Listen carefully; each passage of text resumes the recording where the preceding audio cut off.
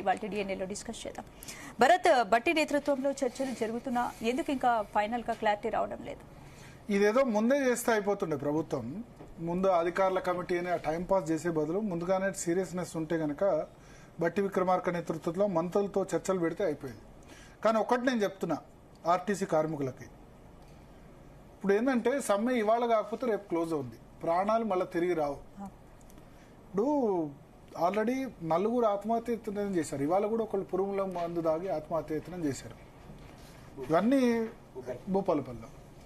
ఇది ఎట్లా ఉంటుందంటే ఒక మాస్ హిస్టీరియా తెలంగాణ ఉద్యమంలో మనం చూసాం. ఏంటంటే వాళ్ళు ఫీల్ అయ్యి ఎట్లా నా కార్మికులకి నేను లేకపోతే నా తెలంగాణ ఉద్యమ సమయంలో నా తెలంగాణ ప్రజలు ఇట్లా బాధపడుతున్నారు, ఈ బాధను ఈ విధంగా వ్యక్తం చేయాలన్నది ఆ విధంగా ఆత్మహత్యలు చేసుకున్నారు 1200 మంది. నిన్న కూడా చెప్పాను, మళ్ళీ కూడా చెప్తున్నా, తెలంగాణ రాష్ట్రం లాంటిదే అంటే కష్టసాధ్యమైన పని 60 సంవత్సరాలుగా అవుతున్న కలనే పాసిబుల్ అయింది. ఆర్టీసీ సమ్మె ఎంత, కేసీఆర్ సమయంలో కూడా ఇట్లా 46 మంది ఆత్మహత్య చేసుకున్నారు. నిన్న శంకర్ గౌడ్ చనిపోయారు, ఇంకో 2 సీరియస్గా ఉన్నారు. సో ప్రాణాలు పోతే మళ్ళీ రావు, ఇది గుర్తుంచుకోవాలి ఆర్టీసీ కార్మికులు. నేను ఆర్టీసీ కార్మికుల కుటుంబ సభ్యులకు విజ్ఞప్తి చేస్తున్నా, దయచేసి మీ ఆర్టీసీ కార్మికులు మీ కుటుంబ సభ్యులైతే వాళ్ళని గమనించండి, సైకలాజికల్ ఇష్యూస్ ఉంటే అబ్జర్వ్ చేయండి. ఈ సమ్మె ఒకటి కాకపోతే 2-3 రోజుల్లో అయిపోతుంది, ఇదో పెద్ద సమస్యనా? 2017 పిఆర్సీ ఇచ్చారు, 2021 పిఆర్సీ ఇప్పుడు కాకపోతే ఇంకో గవర్నమెంట్ ఇస్తుంది, అంతేనా కదా? ఈ గవర్నమెంట్ ఇవ్వకపోతే ఇంకో గవర్నమెంట్ ఇస్తుంది. అధికారంలోకి రావాలి కదా రాజకీయ పార్టీలు, రావాలంటే ఏం చేయాలి? వాగ్దానం చేయాలి. ఇప్పుడు కాంగ్రెస్ వాగ్దానం చేసింది వాళ్ళు విలీనం అని. కేసీఆర్ ఎవరైతే సమ్మెను నిరంకుశంగా అణిచివేసేందుకు ప్రయత్నం చేశాడో ఆయనే 2 సంవత్సరాల తర్వాత విలీనం అని చెప్పాడు. ఎందుకు చెప్పాడు? ఎలక్షన్స్ ఉన్నాయి, ఎలక్షన్స్ లో ఓట్లు కావాలి. సో అల్టిమేట్ గా ప్రజాస్వామ్యంలో ఏదైనా సాధ్యమే. కష్టసాధ్యమైన తెలంగాణ వచ్చినప్పుడు ఈ డిమాండ్లు అన్ని చాలా చిన్న డిమాండ్లు. దీనికోసం ఆత్మహత్య చేసుకోవడం అన్నది కరెక్ట్ కాదు. ఎందుకంటే మీ కుటుంబ సభ్యుల గురించి మీరు ఆలోచించాలి. ప్రాణాలు పోతే మళ్ళీ రావు. అధికార పక్షం కూడా ఆలస్యం చేసింది, ఆలస్యం అన్నట్టే కదా. బట్టి విక్రమార్క నేతృత్వంలో ముందే కమిటీ వేస్తే అయిపోతుండే కదా. పైగా 31 డిమాండ్లకు 2 డిమాండ్లు నెరవేరలేదని చెప్తారు. అసలు వాళ్ళు ఏమని చెప్పారంటే 2 డిమాండ్లు అంటే ఆ 2 డిమాండ్లే మాకు ఇచ్చేయండి, మిగతా 29 వద్దన్నారు. ఏంది మెయిన్ డిమాండ్?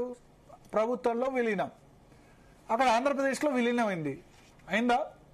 ఆంధ్రప్రదేశ్లో ప్రభుత్వంలో విలీనం అయిపోయినారు, తెలంగాణలో కాలేదు. తెలంగాణ వచ్చి మరి ఆర్టీసీ కార్మికులకు నష్టం జరిగినట్టే కదా. తెలంగాణ వచ్చి అందరు లాభపడి ఆర్టీసీ కార్మికులు నష్టపోయినట్టే కదా. కేసీఆర్ కూడా ముందు చేయలేదు, జగన్మోహన్ రెడ్డి చేసినప్పుడు ఆయన మంకుపట్టు, ఆయన ఎవరో చెప్తే నేను చేయాలని చెప్పి ఎలక్షన్ ముందు చేశాడు. చేసిన తర్వాత వీళ్ళు వచ్చి ఏమంటారు, ఆర్టీసీ కార్మికులకు చంద్రమండలం మీద ఏదో అది చేస్తామన్నట్టు హామీలు ఇచ్చి ఇక్కడ వీళ్ళు చేయలేకపోయారు. ఏం లాభం? వాళ్ళు కూడా ఎంతకాలం ఒప్పుకోబడతారు? 2.5 సంవత్సరాలు అయింది. ఇప్పుడు 32 డిమాండ్స్ లో మెజారిటీ అంగీకరించామని ప్రభుత్వం చెప్తోంది. మిగిలిన 32 డిమాండ్లలో అన్ని చిన్న చిన్న డిమాండ్లు. మెజారిటీ డిమాండ్ ఏంది? మమ్మల్ని ప్రభుత్వంలో విలీనం చేయమని అడుగుతున్నారు. తప్పు కాదు కదా. ఆంధ్రప్రదేశ్ లో విలీనమై తెలంగాణలో కాకపోతే నష్టపోయినట్టే కదా. అదే ఉమ్మడి రాష్ట్రం ఉంటే వాళ్ళకి లాభం జరిగినట్టే కదా. రెండోది ఏంది మేజర్గా అడిగేది? మాకు పిఆర్సీ ఇంప్లిమెంట్ చేయండి.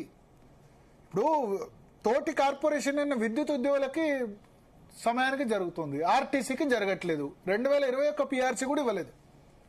ఇప్పుడు ప్రభుత్వ ఉద్యోగులకు అందరికీ మిగతా వాళ్ళకి వచ్చింది, కానీ వీళ్ళకి 2021 పిఆర్సీ లేదు, 2025 పిఆర్సీ లేదు.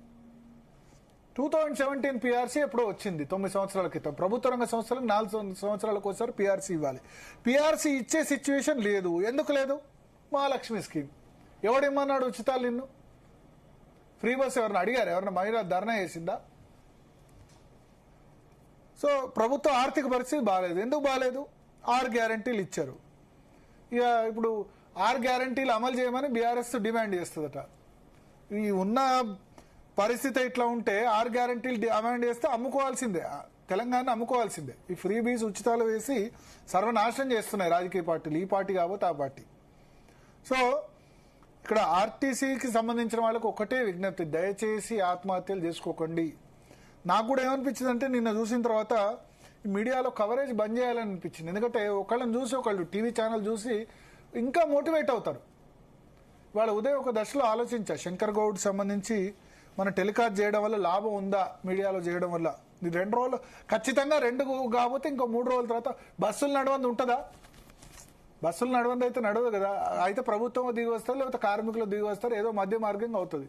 కానీ మధ్యలో ప్రాణాలు పోతున్నాయి కదా, అది సమస్య. ఇవాళ కూడా ఒక వ్యక్తి పురుగుల మంది తాగి ఆత్మహత్య చేసుకునే పరిస్థితి వచ్చింది.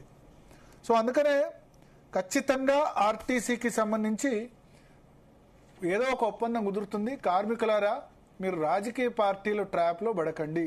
అది అధికార పక్షమైనా లేదా ప్రతిపక్షమైనా. అధికారంలో ఉన్నప్పుడు ఒక మాట చెప్తారు, అప్పుడు కాంగ్రెస్ ఏం చెప్పింది, ఇప్పుడు ఏం చేస్తున్నది. అప్పుడు బీఆర్ఎస్ ఏం చేసింది, ఇప్పుడు ఏం చేస్తున్నది. ఇప్పుడు భారతీయ జనతా పార్టీ వాళ్ళు దేశవ్యాప్తంగా ప్రైవేటీకరణ అంటారు, ఇక్కడ రచ్చ చేస్తున్నారు. సో ఈ రాజకీయ పార్టీలు నమ్మి ఈ విధంగా చేస్తే గనక డెఫినెట్గా ప్రాబ్లం మీకే. ఆత్మహత్యలు మాత్రం చేసుకోవద్దు. నేను ఎస్పెషల్లీ కార్మికుల కుటుంబాలకు విజ్ఞప్తి చేస్తున్నా, మీరు దయచేసి మీ కుటుంబ సభ్యుల్ని ఒక కంట కనిపెట్టండి. ఈ రాజకీయాలు ఇవన్నీ పక్కన పెడితే ఈ ప్రాణాలు పోవడం అన్నది మంచిది కాదు. ఇటువంటి విషయాలకి, చిన్న చిన్న విషయాలకి మాట్లాడదాం. మనతో పాటు